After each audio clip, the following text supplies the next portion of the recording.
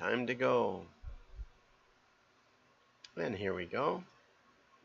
We got a big error message just as I hit the buttons, which is always exciting. Error message.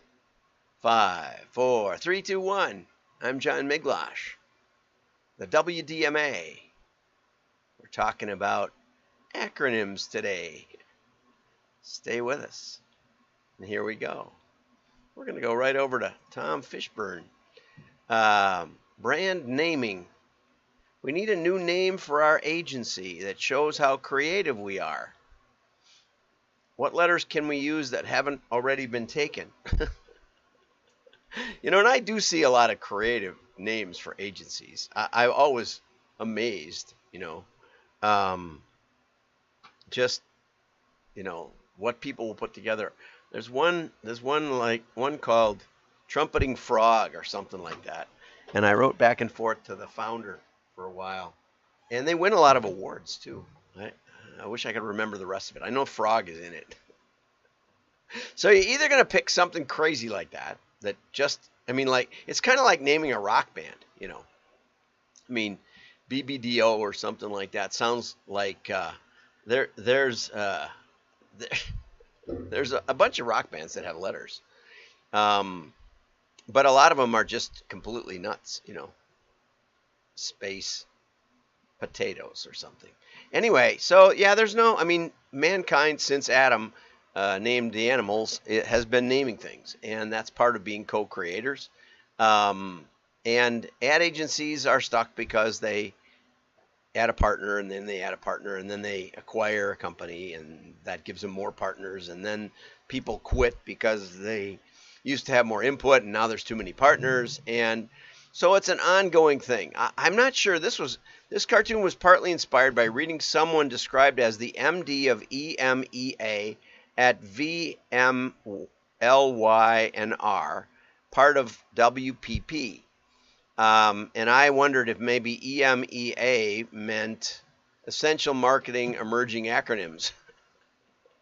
And you think that might be a stretch, but just wait. Okay, wait till the next article, right? Okay, well, we don't want to spend too much time on this. But some of these were really good that he brought from last time. This one I especially liked from Brand Camp. And it starts up here. Hold a brainstorm. We need a new emotional name like Cosmic, huh? Ideate. There's another idea made into verb. Till you drop. Something functional like Crunchios. I like Crunchios. Trademark search. Rats. It's taken. Cosmic is taken. Back to the drawing board. Oops, we're going the wrong way. Sort through the ideas. Rubbish. Trite. Good. Anyway. Lobby for yours. Cosmic is higher order. Crunchios has appetite appeal. Okay. Or Cosmic. Find a compromise. How about Cosmic Crunchios? Fine, I give up.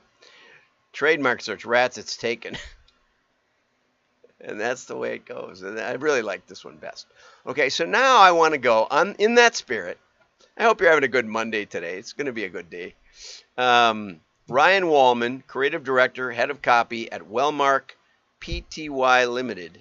I don't know what Pty is. Maybe that's some kind of thing like corporate or something. I don't know what that means, Pty. That's another acronym. I'll have to ask Ryan. Ryan, if you're there, chime in. Although I think it's like 2 in the morning right now. We talked last week at about 4 p.m. and then it was 9 a.m.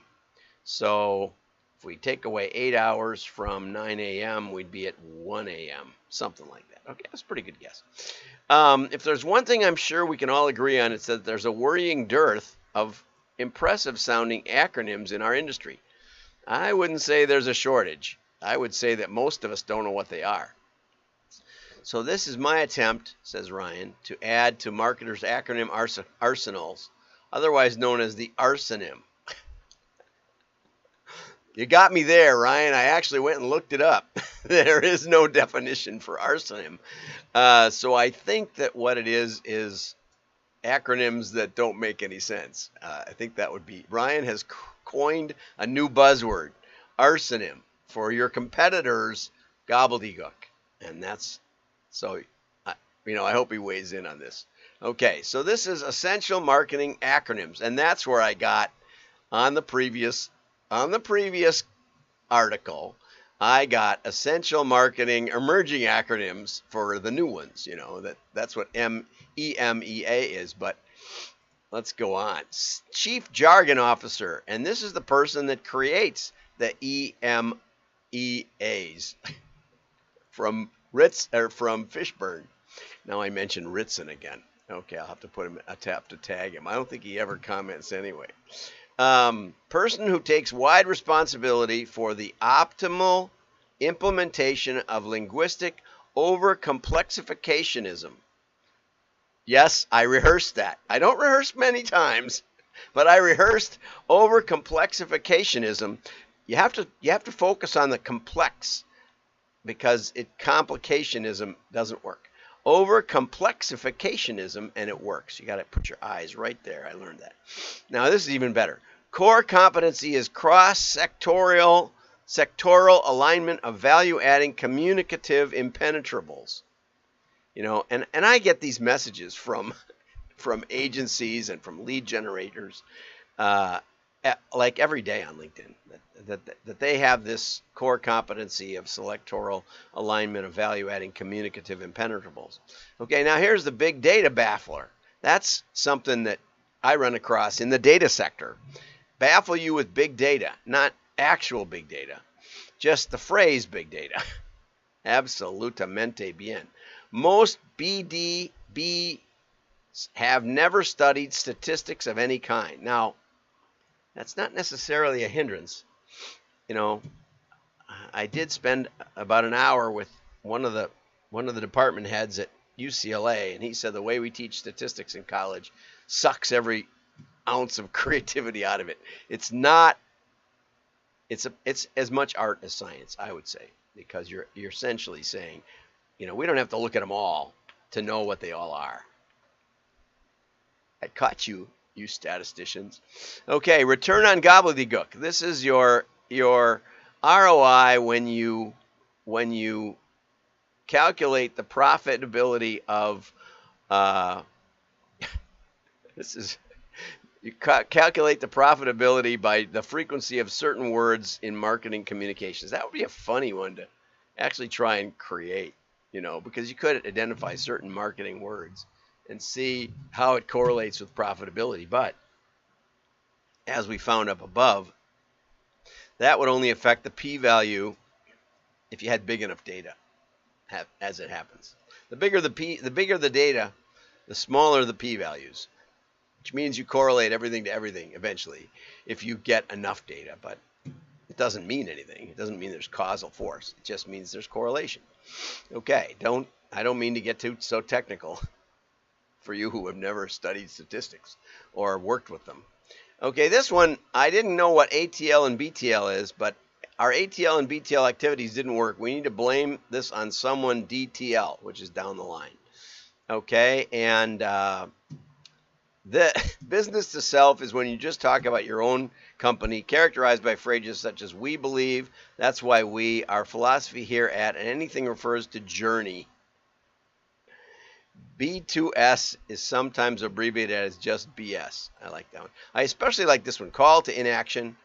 Although I was a little nervous about QR codes, because we have found, and Ryan is an agency guy, so he may not have tested QR codes, and this is from a couple of years back. But find out more about John's story online in the phrase "join the conversation," or in speeches. Are there any more questions? Does anyone have a question? No one ever answers there. No one ever raises their hand. Newly fabricated institute. This one's something we definitely need to create. Confer gravitas. I love that word.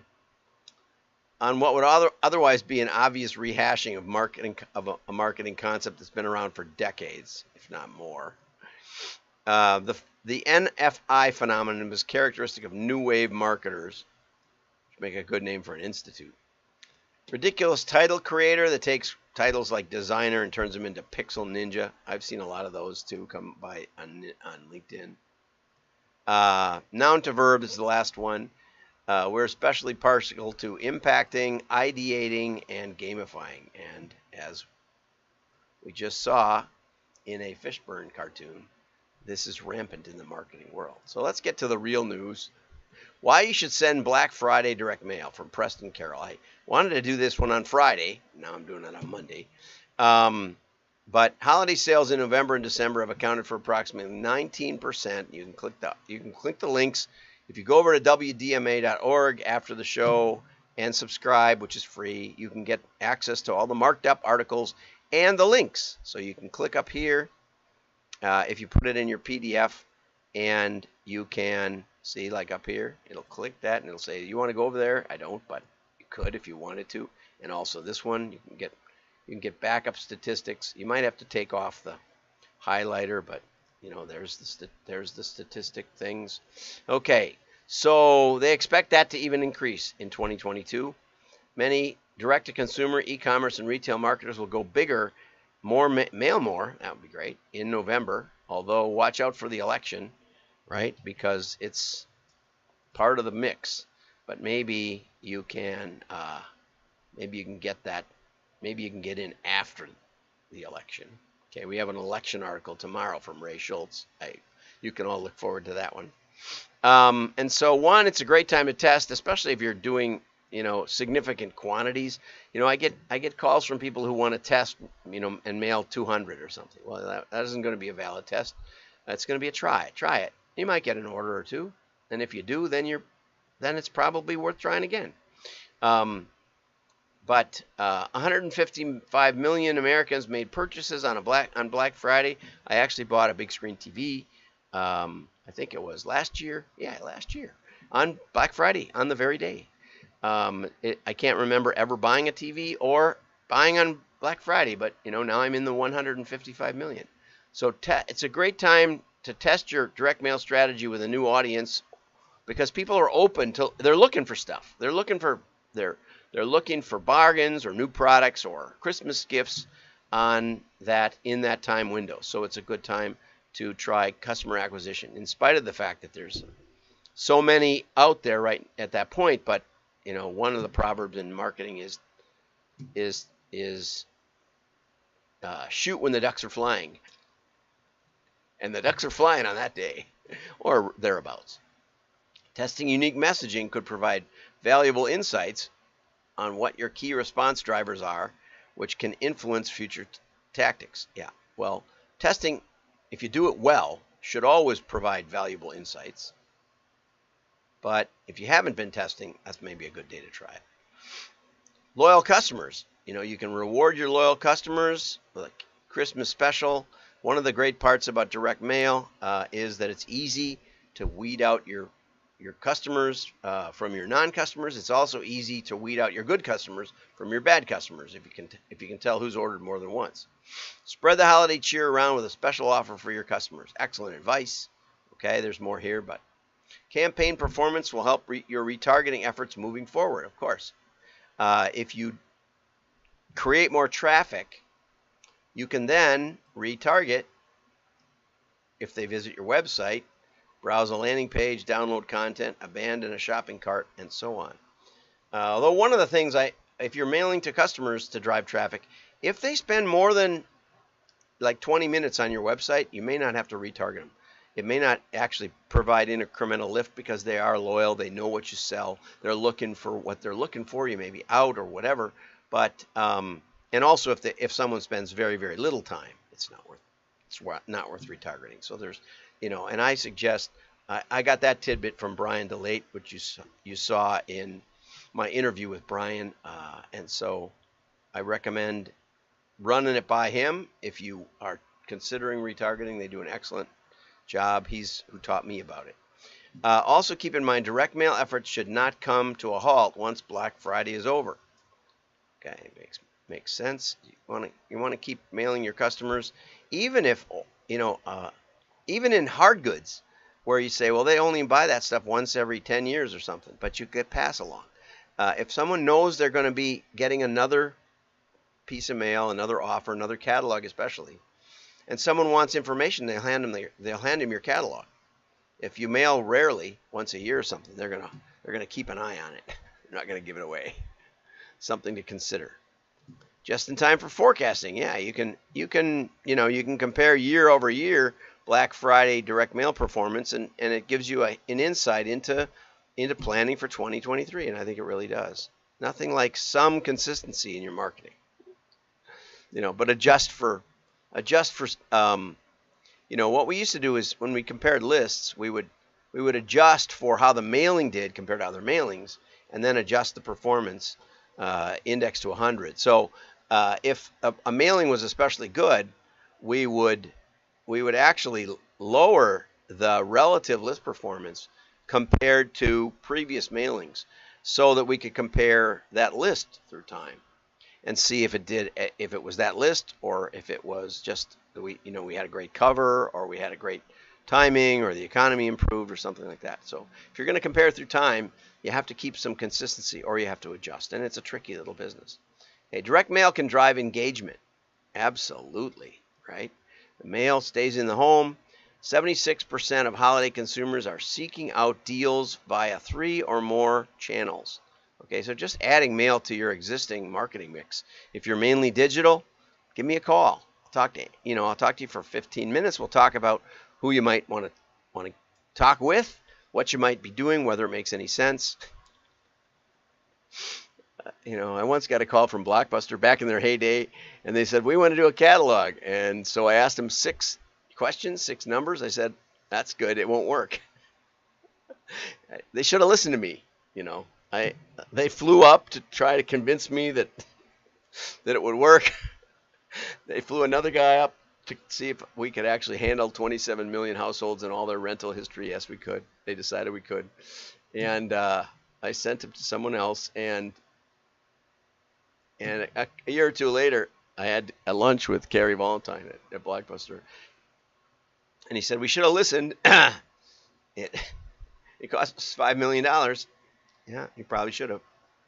Anyway, so you might want to just add mail. But like I said, give me a call and see if it makes any sense. Okay. I don't know if I've ever engaged with Preston, so I'm going to send him, reach out. And thank you for this article. It's got a lot of good tips, as usual, from SQL Response up in Minneapolis. Have a great day. Like and share. Your friends will know you're smart.